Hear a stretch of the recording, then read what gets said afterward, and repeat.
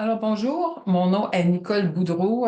Je travaille à la Fédération biologique du Canada. La Fédération biologique administre les travaux de révision des normes biologiques à chaque 5 ans. Alors aujourd'hui, on vous présente les modifications à la section de la production des animaux d'élevage sous régie biologique. Alors, pour ceux qui ne sont pas vraiment familiers avec les travaux de révision, un court résumé, c'est que la révision des normes, bon, c'est à tous les 5 ans, c'est obligatoire. Si la norme n'est pas révisée à chaque 5 ans, bien, elle est archivée.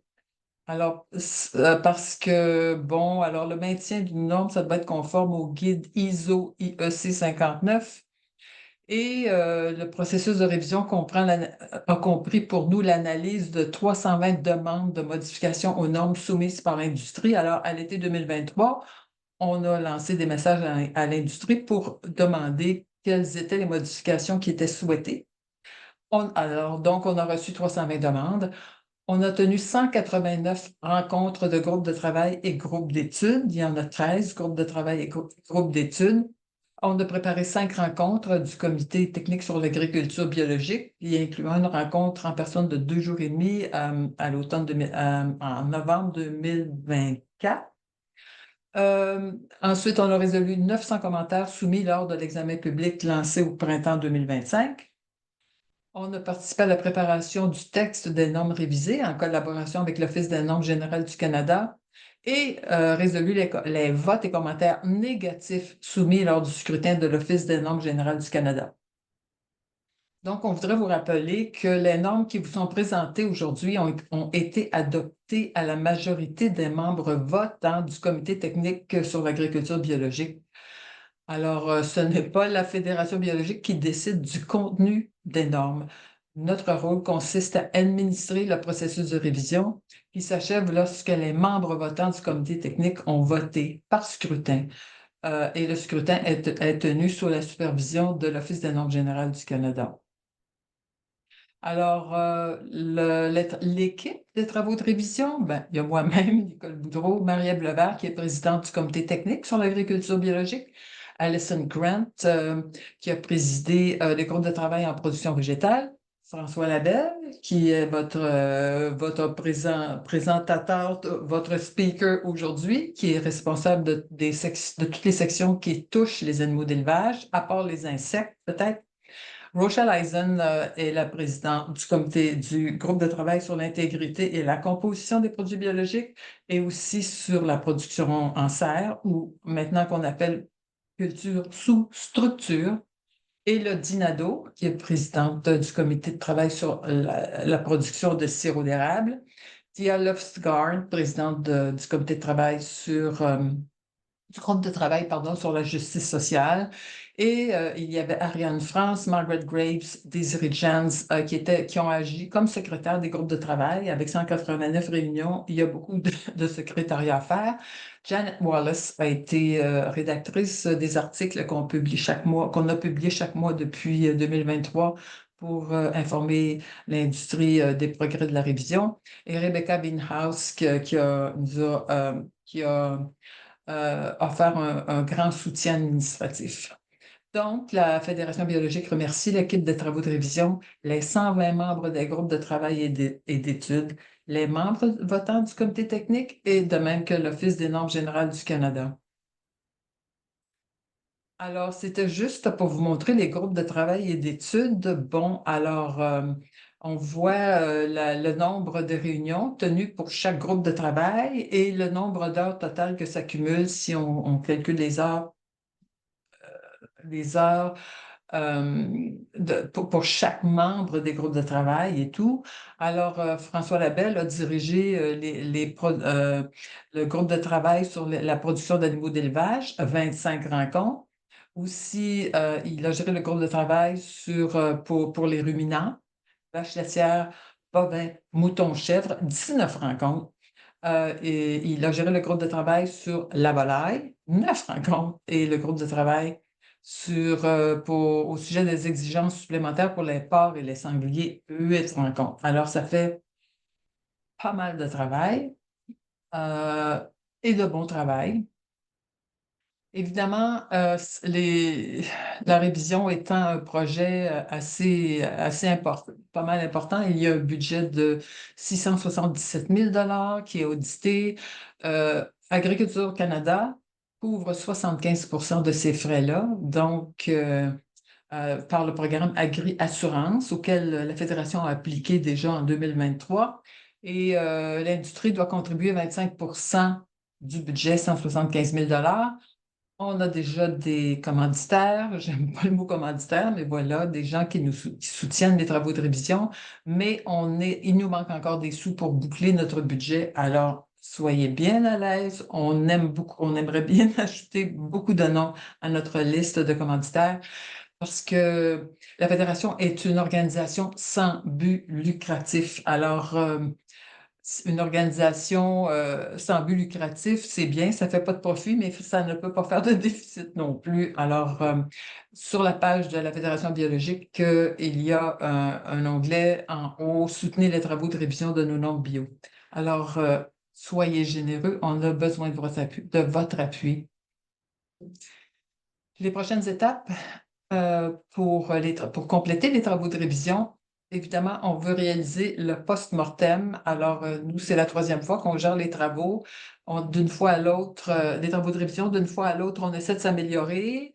Et évidemment, on ne peut s'améliorer que si on comprend si on comprend les difficultés ou les facilités que vous avez eues en participant ou en suivant de près ou de loin les travaux de révision. Alors, c'est de vous informer. C'est un exercice, on veut impliquer le secteur, puis on veut que l'industrie comprenne comment ça se passe. Alors, vous allez pouvoir répondre à un sondage pour exprimer vos opinions. On a aussi à faire, bon, sur le site web de la Fédération, il y a les questions-réponses qui concernent les normes biologiques canadiennes. C'est le comité d'interprétation des normes qui répond aux questions soumises par les organismes de certification des producteurs quand il y a une mésentente au sujet de l'application d'une clause. Alors, ces questions-réponses-là font office de loi finalement.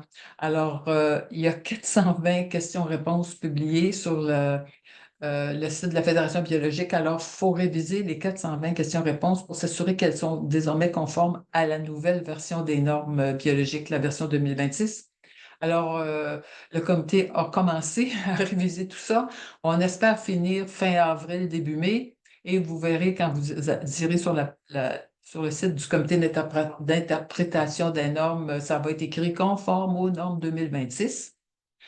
Et puis, évidemment, nous devons suivre de près la relocalisation des normes biologiques canadiennes pilotées par le Conseil canadien des normes. Ce qui arrive, c'est que bon, l'Office des normes générales du Canada a été dissous le 31 mars dernier, c'est tout nouveau. Et là, donc, l'Office des normes générales du Canada est accrédité par le Conseil canadien des normes.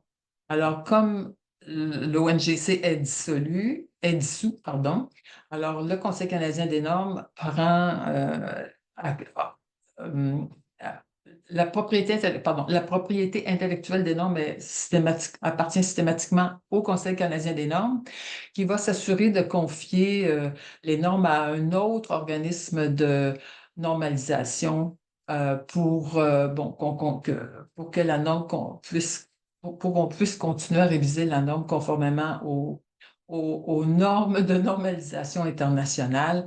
Alors, c'est Agriculture Canada, l'Agence canadienne d'inspection des aliments et le Conseil canadien des normes. Et nous, à l'industrie, on est en discussion pour voir comment va être administrée la norme dans les prochaines années. Mais on est très satisfait parce que comme la norme a été publiée officiellement sur le site du gouvernement canadien le 26 mars, quelques jours avant le 31, donc nos normes sont révisées, sont publiques, alors on est bon pour 5 ans.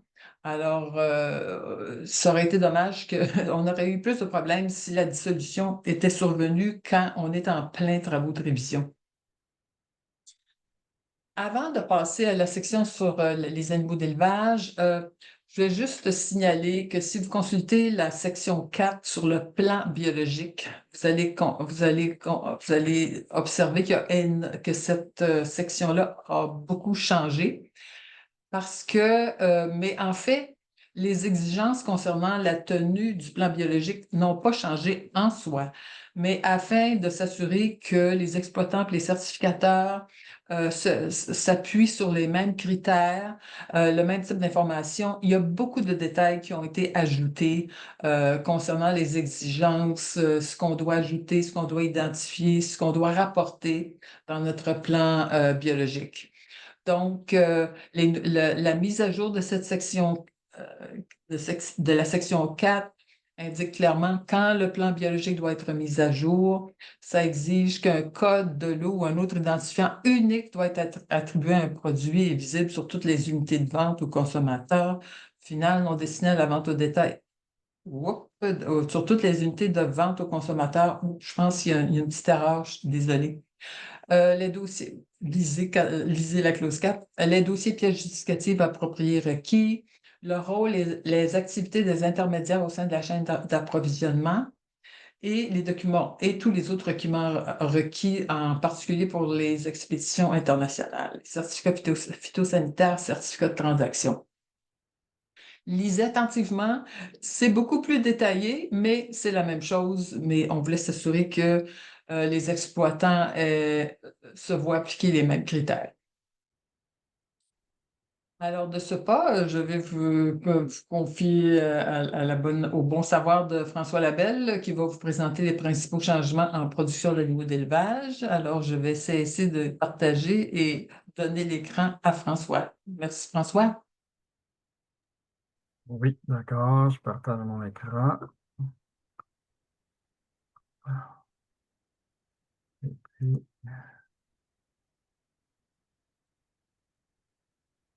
OK. Donc, c'est bon, on est en plein écran. Mais on n'est pas dans le bas de diapo, là, on voit le petit volet à gauche. Oui, bon, ça c'est parfait, merci. Oui, ça va. Bon, ça a pris du Oui, temps à venir. Bon. OK, donc bonjour à tous. Ce que je vais vous présenter aujourd'hui, en fait, c'est vraiment les principaux changements. Je passe pas tous les petits détails. Puis, en fait, donc, de voir vraiment les principales modifications qui ont été faites. Et puis, ça va toucher vraiment aux secteurs là, qui sont listés ici. Donc, pâturage, alimentation, soins de santé, manutention des animaux, conditions d'élevage. Donc, première diapositive, termes et ouais, donc les nouvelles définitions. On va en voir quelques-unes, mais c'était pour vous donner la liste au complet. On les verra pas tous en détail, mais pour les oiseaux, par exemple, volailles, on a des définitions pour traitement du bec, rognage du bec, animal fragilisé aussi. Donc, qu'est-ce qu'on entend exactement par ces termes-là? Enrichissement de l'environnement, ça, on va voir la définition dans la présentation. Et puis la saison de pâturage aussi, ça sera la même chose. On va commencer avec ça d'ailleurs. Donc, saison de pâturage, on a vraiment une nouvelle définition qui reste qui reste très général, mais en fait, quand on lit, en réalité, ce que ça nous dit, c'est que justement la saison de pâturage peut être variable d'une région à l'autre en fonction du climat qu'on a, etc. Qu'on peut, on peut avoir allongé ou modifié notre saison de pâturage avec des cultures annuelles.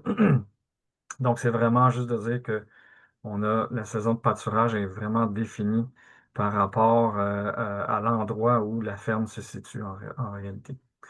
Euh, Ce qui concerne le pâturage comme tel, on a, ouais, il manque un peu de texte, mais on a fait des modifications vraiment à plusieurs endroits dans la norme 613. Première chose, on s'est assuré que au point 1, donc on définit vraiment clairement euh, comment le calcul du 30 d'ingestion de fourrage doit être fait. Donc, c'est vraiment sur une base journalière. Il y avait des questions à savoir si ça devait être sur la saison au complet ou quoi que ce soit. Donc, ça a toujours été euh, vu puis prévu que ça soit fait sur une base journalière, comme toutes les rations sont faites d'ailleurs. Donc, toutes les rations, les calculs de rations se font toujours sur cette base-là. Puis la norme est de cette façon-là aussi. Donc, le point 2, c'était vraiment pour préciser les choses. Ce qui a été vraiment ajouté, c'est 3 et 4.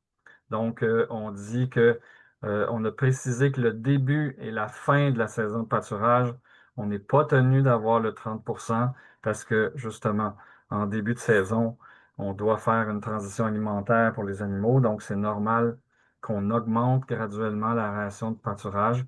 Et puis, la fin de la saison, ben, c'est la même chose. On veut utiliser les pâturages qui restent, mais c'est pas certain qu'on atteigne le 30%. Donc, ça, c'était pour vraiment clarifier ce point-là. Puis le principal changement, en fait, c'est le point 4, où est-ce qu'on demande aux producteurs de vraiment mieux documenter ce qui se passe pendant leur saison de pâturage. Donc, on veut avoir au point A le début, la saison et la fin de la saison de pâturage, les dates où les animaux sont confinés, puis et pourquoi, si ça arrive. Puis surtout, le point C, c'est vraiment de décrire euh, vraiment au jour le jour, en fait, la date d'entrée, sortie d'une parcelle, la taille de la parcelle comme telle, le nombre d'animaux, comment tout ça s'est passé, comment les animaux se déplacent, en fait, au courant dans la rotation de pâturage. Fait qu'on peut utiliser un calendrier de pâturage, il y a des modèles qui existent, il y a des outils électroniques, il y a des calendriers papier, donc il y a toutes sortes de méthodes. Mais l'important, c'est que cette information-là puisse être accessible là, aux inspecteurs. François, je m'excuse de Oui, t'interrompre. Si vous avez des questions, vous pouvez mettre les questions dans la boîte, le petit onglet en bas, le Q&A, et puis on va répondre à la fin seulement. On ne veut pas interrompre la présentation. OK, merci. L'autre point qui est sur les pâturages, qui est vraiment spécifique aux bovins laitiers, je l'ai mis quand même dans cette section-là ici, c'est qu'on veut que l'abreuvement soit vraiment disponible à une distance assez courte, donc pas plus que 200 mètres d'où les animaux se tiennent. Donc, dans une parcelle, les animaux, peu importe où ils sont situés, doivent avoir accès à l'eau à moins de 200 mètres. L'origine des animaux d'élevage, la section a été mise à jour dans le sens qu'on l'a surtout clarifié. Il y avait beaucoup il y avait, c'est ça, de mauvaises interprétations qui pouvaient être faites. C'était vraiment difficile de s'y retrouver. Donc, on a vraiment réorganisé cette section-là. Il n'y a pas de nouvelles normes comme telles. Il y en a eu quelques-unes, mais qui étaient des demandes spécifiques, là, mais 95% du texte les demandes, en fait, sont les mêmes. On les a réorganisées pour que ce soit mieux compris. Et puis, c'est sûr qu'on a eu une emphase, il y avait eu une demande, justement, de clarifier le fait qu'on veut avoir des animaux d'élevage, des animaux de remplacement qui sont certifiés bio. Donc, ça a été une modification qui a été faite dans cette section-là. Aussi, donc, dans cette partie alimentation, on a, euh, on a modifié plusieurs points, mais pourquoi on a ajouté cette norme-là, 643, c'était vraiment d'être certain que les producteurs, tous ceux qui gèrent leurs animaux, ont une référence, que ce soit un collègue, que ce soit un agronome, un nutritionniste, pour toute la question d'alimentation, donc des rations, besoins nutritionnels des animaux. On veut être certain que on est rendu avec des fermes là, qui sont, c'est ça, avec des animaux de ferme à qui on demande de produire quand même des bonnes quantités de lait ou de viande, etc. Et puis on veut s'assurer que l'alimentation est la mieux faite possible. Euh, En ce qui concerne l'alimentation, donc les jeunes veaux, 644B, il n'y a pas eu de modification. On fait juste ajouter une note, en fait, qui est un peu une annonce qu'en 2031, on va vraiment réviser la façon dont les veaux sont élevés, selon la recherche, selon toutes les normes de bien-être animal là, les plus à jour à ce moment-là, parce que on voit qu'il y a déjà une tendance qui nous montre que d'élever les veaux avec les mères, ça a beaucoup de bénéfices. Donc, on veut réviser ça et puis voir s'il y aura lieu de modifier les normes sur ce sujet-là. Pour l'instant, il n'y a rien de modifié pour cette révision-ci. Sevrage des ruminants. Donc, c'est une nouvelle norme là aussi, doit être progressif pour minimiser le stress. Puis en fait, on a euh, deux situations qu'on considère puis qu'on doit qu'on doit gérer différemment. Donc, il y a les veaux qui sont élevés avec leur mère. Donc, ça, c'est ce qu'on voit beaucoup dans les élevages à viande. Donc, dans ce cas-là, on veut vraiment donc, c'est le point 1. On veut qu'il y ait des stratégies qui permettent d'avoir un sevrage qui est progressif, qui minimise le stress. Donc, différentes stratégies, des exemples qu'on donne, sevrage par la clôture, sevrage à l'aide d'un anneau nasal, sevrage en 2 étapes, sevrage naturel. Donc, il y a toutes sortes de pratiques. Mais en gros, ce qu'on veut faire, c'est on ne veut pas couper le lait et le contact avec la mère au même moment. Il faut que ça soit fait graduellement. Quand c'est des animaux qui sont nourris à la main, ce qu'on voit souvent dans les élevages laitiers, donc dans ce cas-là, on veut, ça c'est le point 2, on veut que le, le sevrage se fasse encore là progressivement sur au moins une période de 5 jours. Donc c'est vraiment les nouveautés du côté du sevrage. Ce qu'on a enlevé, en fait, dans la section alimentation, c'est le 6.44J. Puis ça revient. Pourquoi on a ajouté que au départ qu'on veut avoir une relation avec un agronome ou un nutritionniste, quelqu'un qui se connaît en alimentation, c'est entre autres parce qu'on enlevait cette partie-là. Donc, on a la première section de 6.44J qui a rapport à tout ce qui était ajout de fibres longues avec tous les critères là, que tout le monde doit se souvenir. Donc ça, on a enlevé ça parce que maintenant, on a des moyens. Quand on utilise les bonnes ressources, les bons logiciels, tout ça, on a des moyens avec les analyses de fourrage qu'on a de vraiment gérer la fibre. Et puis, ça peut se faire très bien en autant qu'on va chercher le conseil ou les personnes qui savent comment travailler avec ça. Fait que c'est pourquoi les deux changements sont reliés. Donc, cette partie est enlevée. On garde la section sur le maïs en silage, comment c'est calculé, comment c'est inclus dans le calcul des concentrés. Pour la volaille, on a précisé vraiment ce qu'on entendait là, euh, quand on dit qu'ils doivent avoir accès à des matières végétales. Donc, on le voit ici. Euh, Ce qu'on veut être sûr, c'est que ça soit fait quotidiennement, encore une fois. On précise ça. Puis, on dit que, en fait, ça doit être d'autres matières que le grain étant céréales, les légumineuses, les oléagineux. Donc, tout ça, ça fait déjà partie de la ration. On veut autre chose. La dernière phrase ici, vous l'avez. Donc, on veut des sources qui sont donc de matière végétale autre que le grain. Donc, c'est pas une liste à laquelle on doit se limiter. Mais bon, ça inclut les pâturages, le foin, la paille, l'usine cubée, et puis le maïs, légumes ou les fruits. Et puis, il pourrait y avoir d'autres choses, bien sûr. Donc, ça, c'est vraiment, encore une fois, pour clarifier cette norme-là. La section sur l'utilisation d'aliments qui sont non certifiés bio, donc tout ce qui était, si vous vous souvenez, là, on appelle ça les clauses pour catastrophes, en fait, donc que ce soit inondation, feu, etc. Donc ici, ce qu'on est venu préciser, donc on a clarifié la norme, on n'a pas changé les exigences. Il y a plusieurs parties à cette clause-là. On l'a juste mieux expliqué. Ce qui est nouveau, c'est ce que vous voyez ici. Donc, on dit l'utilisation exceptionnelle d'aliments de fourrage non biologique advenant d'un événement catastrophique ou une pénurie de fourrage ne doit pas affecter le statut bio du lait ou de la viande des animaux. Donc ça, c'était sous-entendu, c'était pas décrit clairement. Là, on le met vraiment noir sur blanc. Manipulation des animaux. Donc, toute cette section-là a été refaite, a été mise à jour selon la recherche la plus récente, selon les nouvelles réglementations aussi. Il y a beaucoup de tout ce qui a rapport au transport, entre autres, c'est vraiment les réglementations du fédéral. Ce qu'on a modifié, c'est ce que je vous présente ici, qui est le principal point qui change par rapport à l'ancienne norme, c'est l'utilisation d'aiguillons électriques. Donc, auparavant, c'était complètement interdit, il n'y avait aucune possibilité de l'utiliser. Là, on fait une exception, on dit c'est interdit en général, sauf en cas de santé ou de sécurité des personnes ou des animaux, s'il y a une menace de ce côté-là.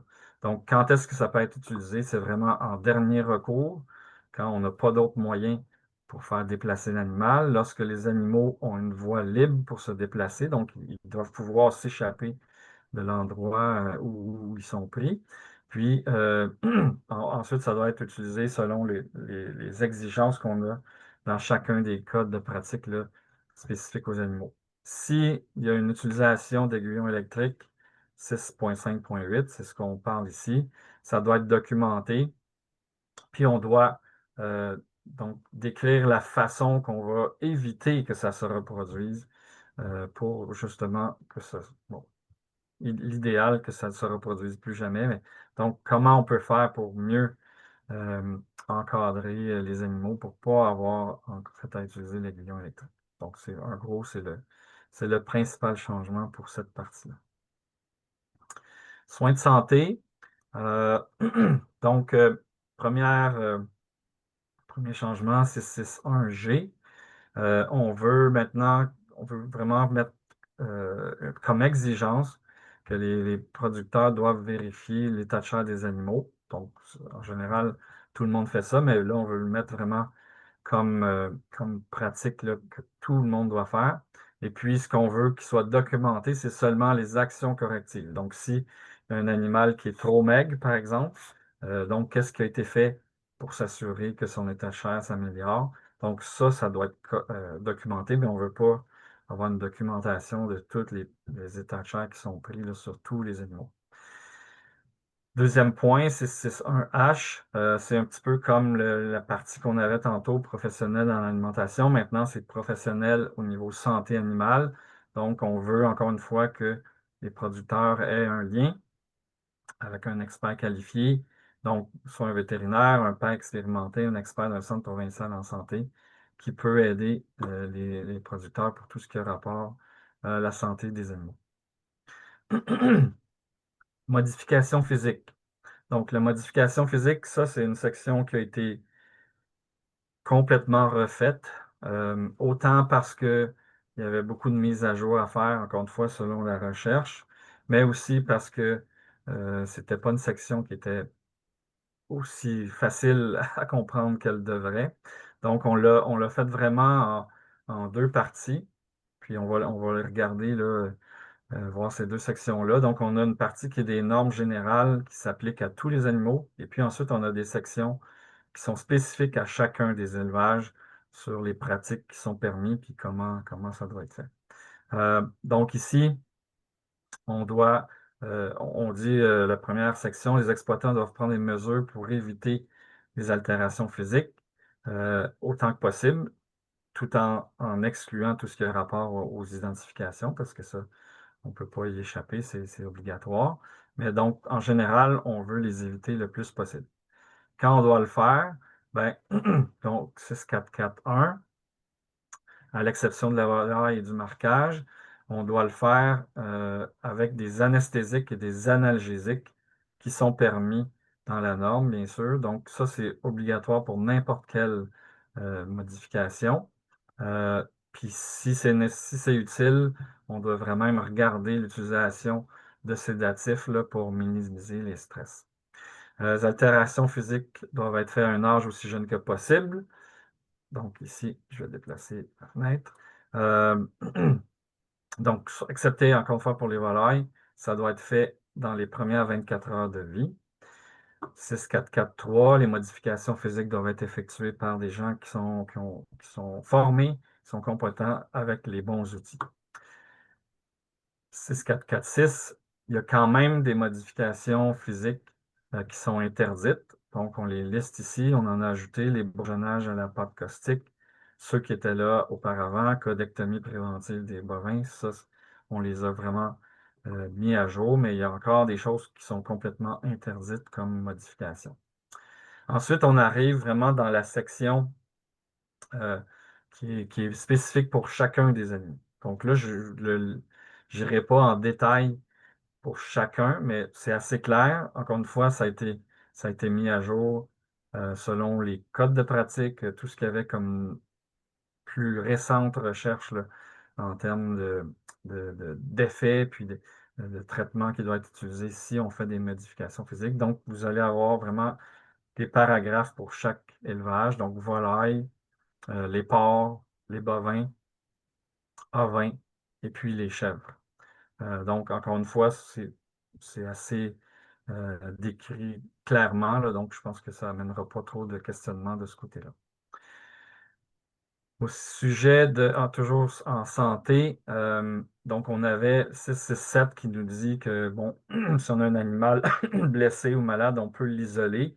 Maintenant, on décrit mieux comment il doit être isolé. C'est ce qu'on voit dans la deuxième partie. Donc, idéalement, si c'est possible, selon le problème de santé, ils doivent avoir des contacts avec les autres animaux de la ferme.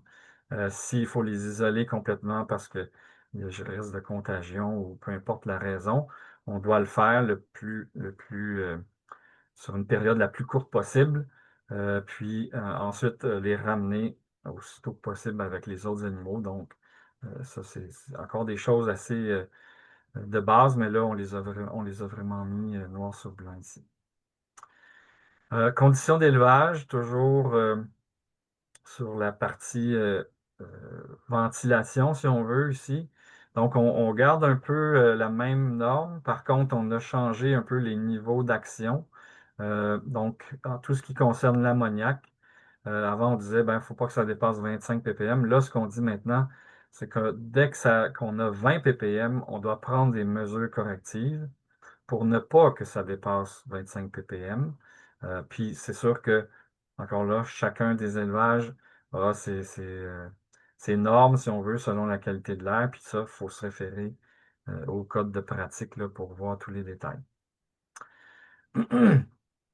Au niveau du bien-être animal, donc une définition qu'on a parlé un peu plus tôt, donc l'enrichissement de l'environnement. Donc ça, c'est une nouvelle norme avec une nouvelle définition qui a été ajoutée.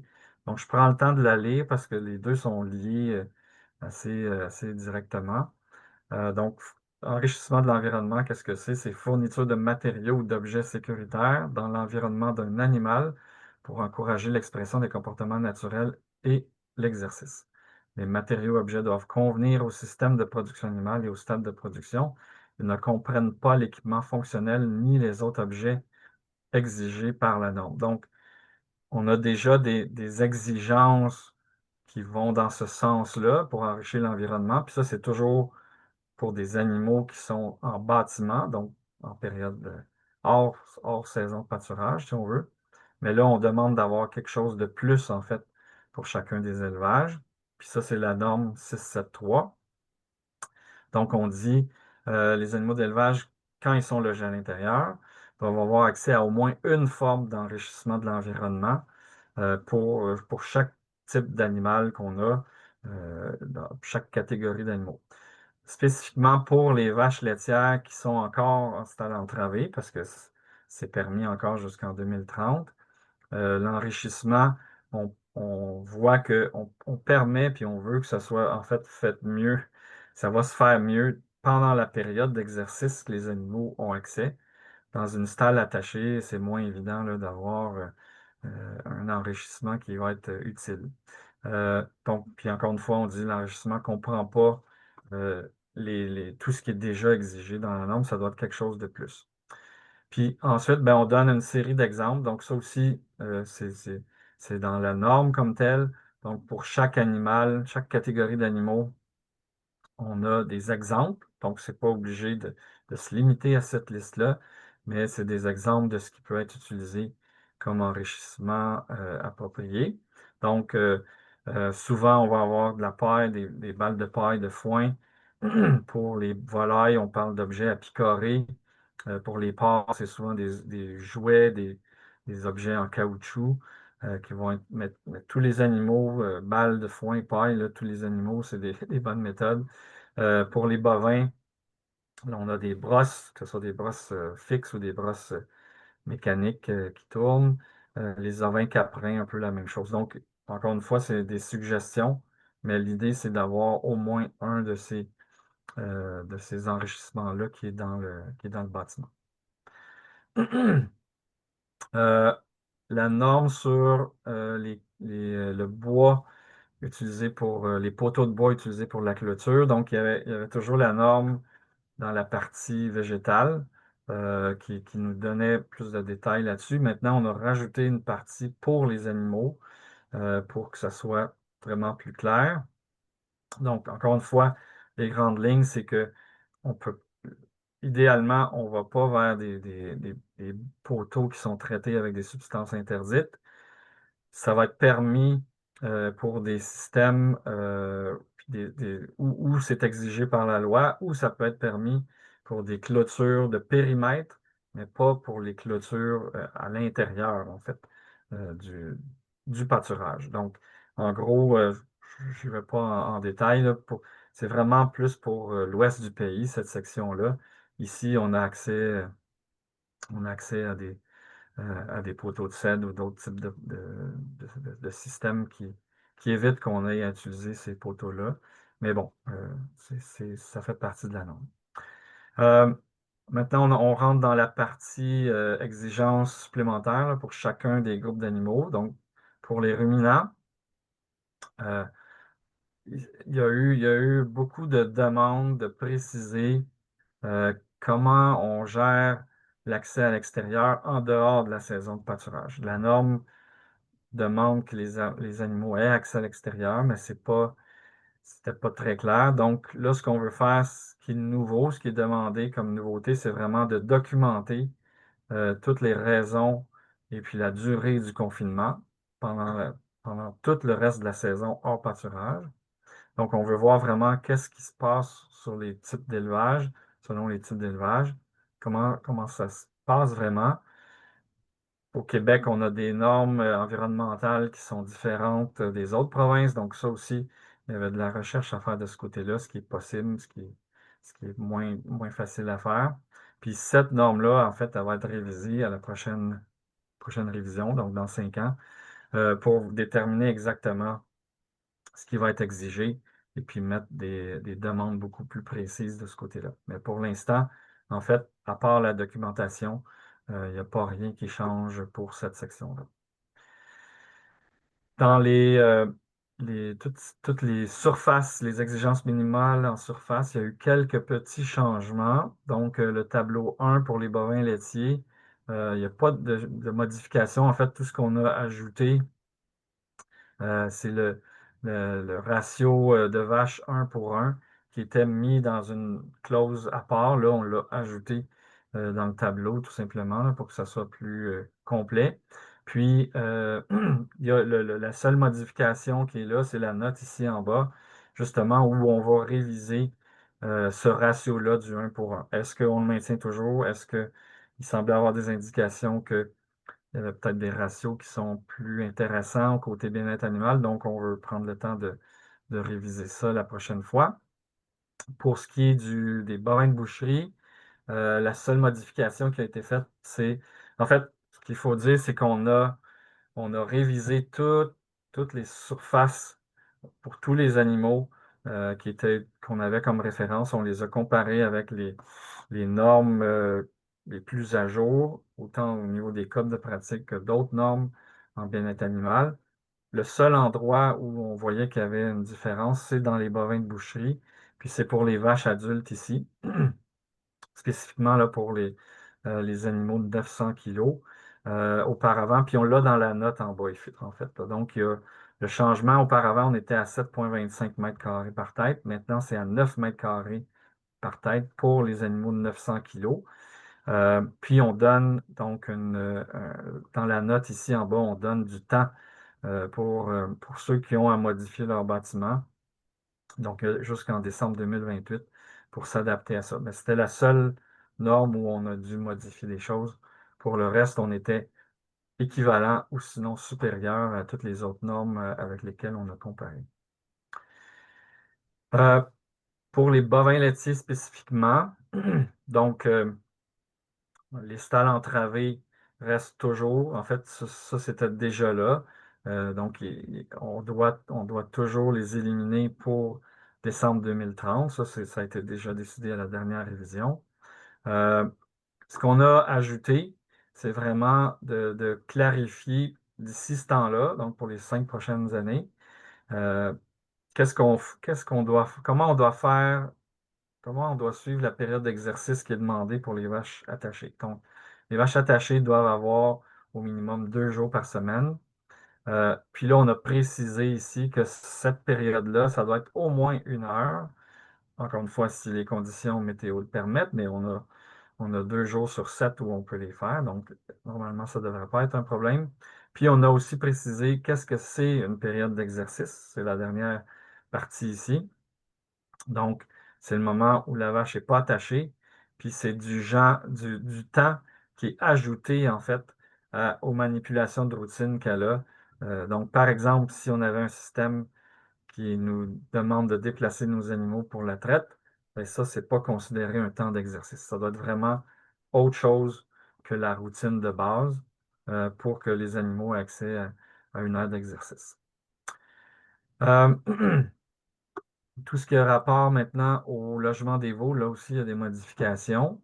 Donc là, ce qu'on demande, en fait, c'est que les animaux soient logés en paire ou en groupe. Donc, pour les jeunes veaux non sevrés, qu'ils soient en paire ou en groupe, en autant que c'est possible.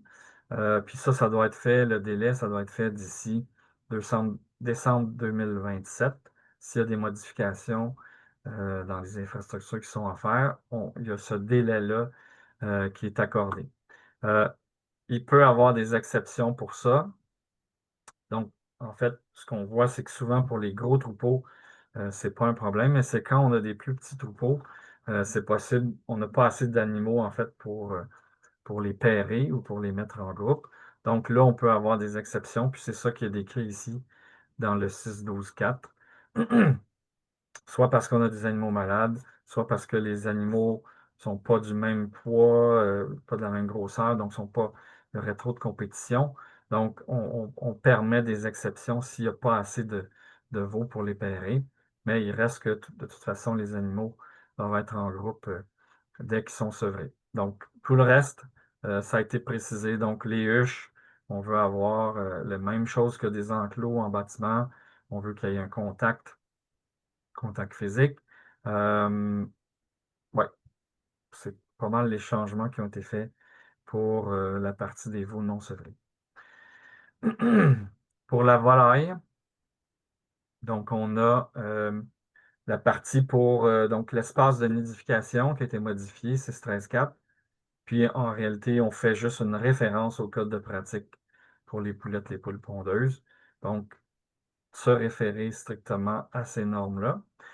Pour les perchoirs aussi, c'est 13.5. On a des modifications. Vous avez ici la partie, là, donc, pour les poulettes qui n'était pas aussi précis. Maintenant, on y va très clairement. Donc, à l'âge de 6 semaines, l'exploitant doit fournir au moins 10 cm d'espace sur les perchoirs ou 100 cm² pour les plateformes.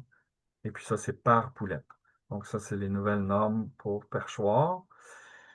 Pour 6.13.6, on avait une note qu'on devait réviser toute cette norme-là, qui était pour les poulets à griller, le pourcentage d'animaux qui doivent aller à l'extérieur, tout ça. On avait plusieurs modifications, plusieurs normes qui avaient été mises en place dans les dernières révisions. On voulait donner le temps de tout ça d'être mis en place, d'être utilisé pendant quelques années avant de réviser. C'est pour ça qu'on a modifié la date de révision, donc il va se faire d'ici à la prochaine révision, là, dans 5 ans. Pour les densités là, des volailles, là aussi, il y a eu des modifications. Donc, en fait, on a séparé euh, pour les poussins, en fait, on a séparé, au lieu d'être de 0 à 8 semaines, on l'a on l'a mis en deux catégories, de 0 à 4 semaines et 5 à 8 semaines. Pour 5 à 8, c'est la même norme. Pour les 0 à 4, on a des normes qui ont été ajoutées, donc qui sont un peu plus denses, parce qu'on a des jeunes animaux pour qui c'est mieux d'être plus collés, si on veut, pour une question de chaleur. Donc ça a été ajusté. On parle de pondeuses à 19 semaines et plus. Ça aussi, ça a été précisé. Puis la note D, qui est sur. Avant que j'aille là, en fait, c'est vrai, on a ajouté les canards aussi. Il n'y avait pas de normes pour les aires extérieures et intérieures, donc on a une nouvelle référence là-dessus. Pour la note D ici, donc pour les poulettes qui sont âgées de 0 à 4 et 5 à 8, donc on doit être conforme à ces normes-là ou au code de pratique. euh, la densité qui va être la plus faible doit être retenue. Donc pourquoi on a mis cette note-là? Ça complique un peu les choses, mais c'est que, en fait, on sait que ces normes-là doivent être révisées pour le code de pratique. On n'avait pas de référence encore, qu'est-ce qui allait être retenu comme norme. Donc, c'est pour ça qu'on a mis cette note-là. Donc, dès que la nouvelle norme va sortir pour les poulettes et pondeuses, ben, c'est celle-là qu'il va falloir comparer à la norme bio, puis celle qui est la densité plus faible, c'est celle-là qui va être la norme.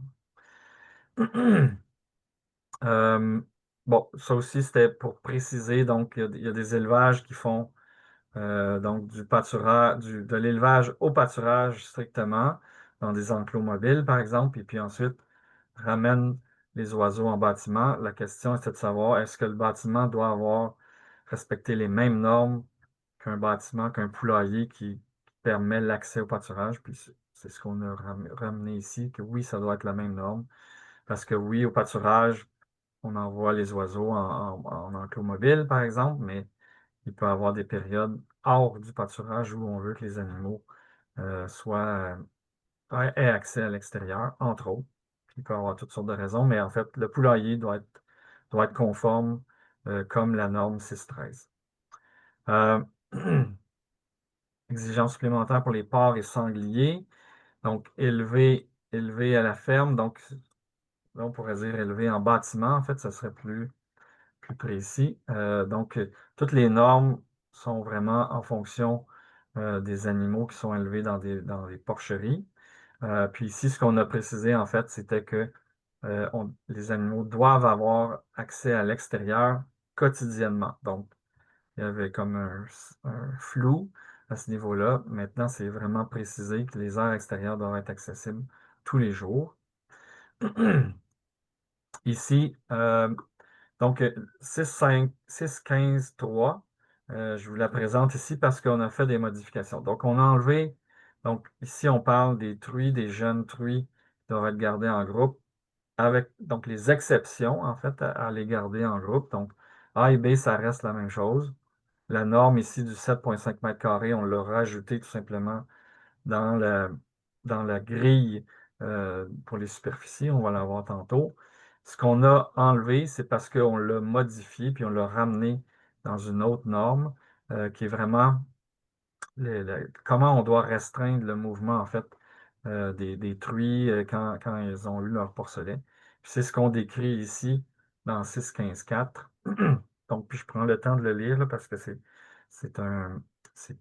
quand même une bonne modification. Donc, on dit confinement des truies dans des cages de gestation de mise bas ou toute autre manière qui les empêche de se retourner est interdit, sauf pour des périodes temporaires de contention. Donc, auparavant, c'était complètement interdit. Maintenant, en discutant, on s'aperçoit que oui, il y avait un besoin de ces cages-là pour seulement des courtes périodes. Puis c'est ça qu'on est venu euh, préciser, en fait, comment on doit les utiliser, ces cages-là.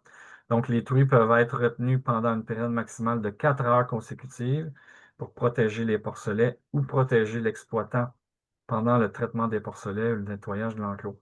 Les truies doivent être directement surveillées pendant qu'elles sont immobilisées et être libérées dès que possible. Donc, c'est vraiment, encore une fois, on précise l'utilisation de la cage. On ne l'interdit pas à 100%, mais il y a vraiment des conditions très claires comment on doit les utiliser.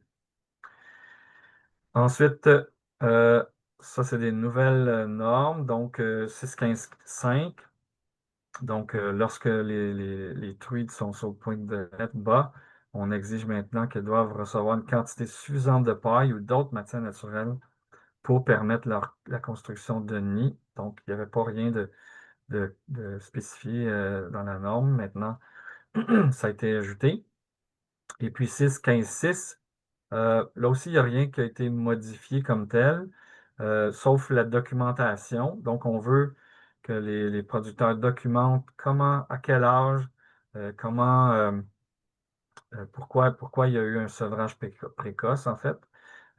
Donc, puis on veut réviser cet âge-là à la prochaine révision, parce que là aussi, quand on comparait avec les autres normes et puis au niveau de la recherche, il y avait différentes références. Donc, ça, on veut prendre le temps de réviser puis voir exactement comment on va faire, quel âge, en fait, on va garder dans la norme pour le sevrage. Pour l'instant, ça reste à 4 semaines. Donc, les exigences minimales pour les espaces intérieurs et extérieurs, pour porc et sanglier, là, on a eu vraiment comme une bonne modification, puis c'était un manque de clarté, en fait, en révisant comment ce tableau-là avait été construit. Donc, la principale modification, c'est vraiment la troisième colonne. Tout ça, superficie totale, c'est complètement nouveau. C'était comme sous-entendu, mais là, on vient de le préciser. Ce qu'on dit, en fait, c'est que les animaux, donc c'est toujours des normes pour des animaux en porcherie, mais quand ils ont accès à des aires extérieures, ces animaux-là ont toujours accès, en fait, à l'intérieur aussi. Donc, ce qu'on dit ici, c'est que la superficie totale doit compter. Donc, c'est l'addition vraiment de l'espace intérieur et de l'espace des aires d'exercice qui nous donne vraiment la troisième colonne. Mais donc, on vient vraiment clarifier comment on doit regarder l'accès à ces aires-là. Donc, c'est pas un ou l'autre, mais quand ils ont accès, il faut qu'il y ait accès aux deux parties pour qu'il y ait un total de superficie pour les animaux qui est accessible. Euh, il y a eu des modifications, des ajouts, en fait, ici. On a précisé qu'est-ce qu'on doit avoir comme enclos individuel en surface pour les truies. Ici, s'il y avait une erreur, mais on parle vraiment de VERA, donc que ce soit autant un sanglier qu'un porc. Ces normes-là s'adressent à ces deux types d'animaux-là. Euh, le B, la note B, on vient vraiment préciser ici, là, donc truie et porcelets jusqu'au sevrage. La note B, on dit l'espace protégé pour les porcelets. Le nid ou l'aire de repos ne doit pas dépasser 20 de l'espace prévu pour la truie et sa portée. Mais il doit avoir, en fait, ça sous-entend qu'il doit avoir un espace prévu. Et puis, on a la note C aussi, qui est donc de référer quand on parle d'enclos pour les truies individuelles. Encore une fois, c'est des exceptions qui sont décrites dans la norme 615.3a. Quand est-ce qu'on peut utiliser ce logement individuel-là? Donc, pour moi, je crois que ça terminait ma partie, c'est ça? Oui. Donc, je vais arrêter le partage d'écran. Merci Et puis, François. Dans les listes des substances permises, dans le fond, il n'y a pas eu en production de niveau d'élevage, il n'y a pas de changement notoire. non, c'est ça, exact. Il n'y avait rien de majeur. Et puis là, je vois qu'il n'y a pas de questions-réponses, alors je vois que tes explications sont vraiment très claires. C'est vraiment, ça t'honore. C'est On va, bon. on va simplement compléter la présentation d'aujourd'hui en ajoutant l'apiculture et les animaux d'insectes. Bon, l'apiculture, il n'y a pas eu de changement notoire, sauf un. Excusez-moi. Alors, et c'est un changement qui a provoqué beaucoup de discussions, qui a engendré des discussions passionnées même. C'est que c'est à la clause 7.1.11.1 au sujet du nourrissage des abeilles pendant l'hiver, pendant la saison froide. Les abeilles mellifères, faut les importer, ce ne sont pas des, des insectes autochtones. Alors, il y a beaucoup de méthodes qui sont développées pour les abeilles pendant l'hiver. Et entre autres, ce qu'il y avait, c'est que dans la clause 7.1.11.1, c'est qu'on dit que, bon, évidemment que la principale source de nourriture des colonies adultes doit être le nectar et le pollen collectés auprès de sources conformes à la présente norme et la réserve de nourriture accumulée par les abeilles dans la ruche, le miel et le pollen. Et lors d'une pénurie régionale ou saisonnière de sources de nourriture ou pour le nourrissement des colonies en hiver, il est permis d'utiliser par ordre de préférence du miel biologique provenant de l'exploitation, du sucre biologique, par exemple inversé, sirop fondant, du miel non biologique provenant de la même exploitation en période de conversion, et là, on a rayé du sucre non biologique non issu du génie génétique. Alors, on l'a transféré dans une autre sous-section. L'utilisation, donc, qui se lit comme suit, l'utilisation du sucre raffiné non biologique et non génétiquement modifié, conforme aux articles 1.4 et 1.5, est autorisée à la stricte condition que l'exploitant maintienne et documente des pratiques appropriées pour empêcher le mélange d'aliments non biologiques et biologiques dans les hausses de miel et que l'exploitant élabore et fournisse un plan visant à remplacer l'utilisation de sucre raffiné non biologique et non génétiquement modifié dans son exploitation par du sucre biologique et que l'exploitant nourrisse un minimum de 5 des ruches avec du sucre biologique ou du miel biologique d'ici le 1er septembre 2028.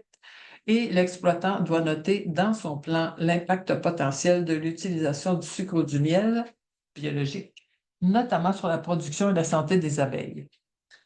Alors voilà, il y a beaucoup d'opinions qui se contredisent au sujet du sucre non biologique parce que supposément il y aurait moins de fibres à l'intérieur, ça favoriserait moins l'apparence, la survenue du varroa pendant l'hiver. Mais la norme canadienne, en fait, c'est la seule section en production d'animaux d'élevage, si on peut appeler les abeilles comme ça, où il y a des aliments non biologiques qui sont carrément permis. Alors, on s'est rendu compte qu'il y a dans d'autres pays, on utilise la norme canadienne en apiculture ben, pour utiliser du sucre non biologique ou du miel non biologique. Alors, bon.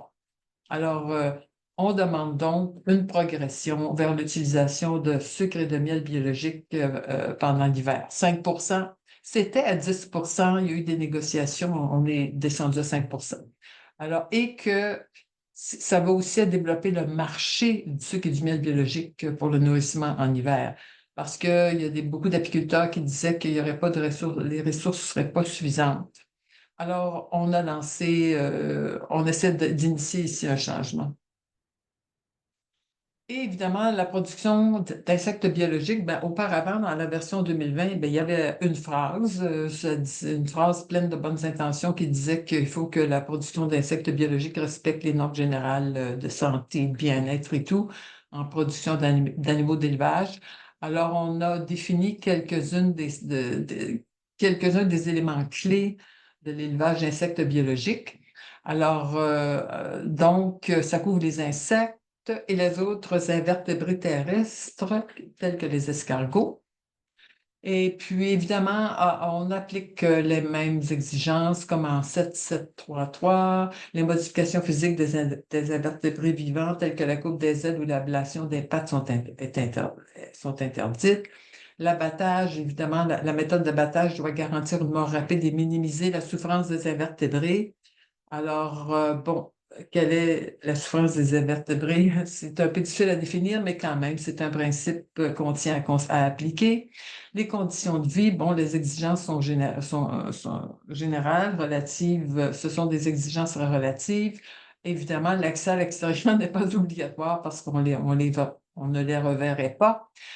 Les matériaux d'habitat, bon, alors on privilégie le bois et les structures naturelles, non traitées avec des substances interdites. Le carton, évidemment, le carton ondulé autorisé, carton ciré ou imprégné de fongicides ou substances prohibées est interdit. Le papier, sauf le papier glacé ou avec de l'encre colorée. Et évidemment, litière et substrat, bon, il s'est discuté, est-ce qu'on a besoin de substrat pour les insectes? Toujours est-il que l'origine agricole biologique est préférée, sinon disponible commercialement, litière non biologique permise si elle est sans substance prohibée et conforme aux clauses 1.4, 1.5. Alors, on peut conclure la présentation d'aujourd'hui d'une façon générale en vous signalant ce qui n'a pas été retenu. Alors, on a eu beaucoup de demandes de modification, notamment sur l'inclusion de clauses sur la justice sociale. Alors, sur l'équité, finalement, ça serait d'introduire dans les normes biologiques des clauses relatives au traitement des employés sur la ferme ou à d'autres clauses qui ont trait à la justice sociale. Alors, la Fédération fait un sondage en 2024 et vraiment, il y a une forte opposition face à ça. L'argument principal, c'était que, bon, il y a des lois qui définissent les lois du travail, les conditions de travail au Canada. Alors, pour le moment, c'est mis de côté, mais ça se peut que ça revienne encore à la prochaine révision. Alors, aussi, il y a une clause qu'on a proposée en commentaire public, le délai de 5 ans pour la conversion des écosystèmes naturels tels que forêts, prairies, terres humides. Ça, il y avait une clause qui disait que c'est sûr que si vous arrivez dans un nouveau territoire, un nouvel écosystème où il n'y a jamais eu de substances interdites, la transition, la conversion vers la production biologique est facile parce que, bon, si ce sont des terres vierges qui n'ont jamais été cultivées ou arrosées de quelque substance que ce soit. Mais bon, en vue de justement protéger les écosystèmes, ce type d'écosystème-là, il y avait une clause qui disait que si un exploitant voulait convertir ce type d'exploitation, ça prendrait 5 ans au lieu de 3 ans. Ou bien immédiatement, évidemment, s'il n'y a jamais eu de substance interdite. Mais il y a eu beaucoup d'opposition encore face à cette clause-là parce que les gens disaient, ben oui, mais si vous voulez de toute façon, ces écosystèmes-là vont être convertis en agriculture tôt ou tard parce que justement, il y a des provinces qui encouragent certaines conversions des écosystèmes parce que les villes ont tellement grandi que ça a grugé l'espace agricole. Alors là, on essaie d'ajouter d'autres terres, d'avoir d'autres terres disponibles pour l'agriculture. Alors là, les gens ont dit, ben, c'est mieux que ce soit bio que ce soit conventionnel, parce que de toute façon, ces terres-là vont être converties éventuellement. L'autre clause, il y a eu une demande que pour obliger dès maintenant l'exercice quotidien pour les vaches en stall entravé. Bon, alors, étant donné qu'il y a déjà des paramètres qui encadrent la gestion des stalles entravées qui sont appelés à disparaître en 2030, il a été décidé, bon, de laisser les exploitants y aller selon le rythme déjà établi. Il y avait aussi une demande de se limiter à l'élevage de races de poulets à croissance lente. C'est que les poulets, ben, ils sont abattus rapidement finalement pour le marché de la consommation. Ils n'ont pas le temps d'apprendre à jouer dehors. Bon, alors, mais des races de poulets à croissance lente, ça augmenterait évidemment de beaucoup les coûts de production. Alors, pour le moment, ce n'est pas retenu, mais je crois que ça va revenir lors des prochains travaux de révision. Les paper pots, alors, vous savez, ce sont des petites alvéoles là, pour l'ensemencement. Ils sont acceptés, mais on ne peut pas les laisser à décomposer dans le sol à la fin de la saison s'ils contiennent des substances non listées, non répertoriées dans le tableau 4.2. Et on a découvert que dans la majorité des paper pots, il y avait des cols, des trucs, des scellants qui étaient non listés. Alors, bon, ça peut un peu décourager l'utilisation s'il faut les retirer en fin de saison, mais ainsi va la vie. Et le volume de sol en serre, ça, c'est toujours un grand sujet de discussion. Et là, il y a beaucoup de producteurs en serre qui demandaient à déterminer par eux-mêmes le volume de sol nécessaire. Mais bon, alors, je pense qu'on n'est pas prêt. Ça prendrait beaucoup d'outils technologiques et de calcul pour laisser octroyer cette liberté-là. Alors, c'est mis de côté pour le moment.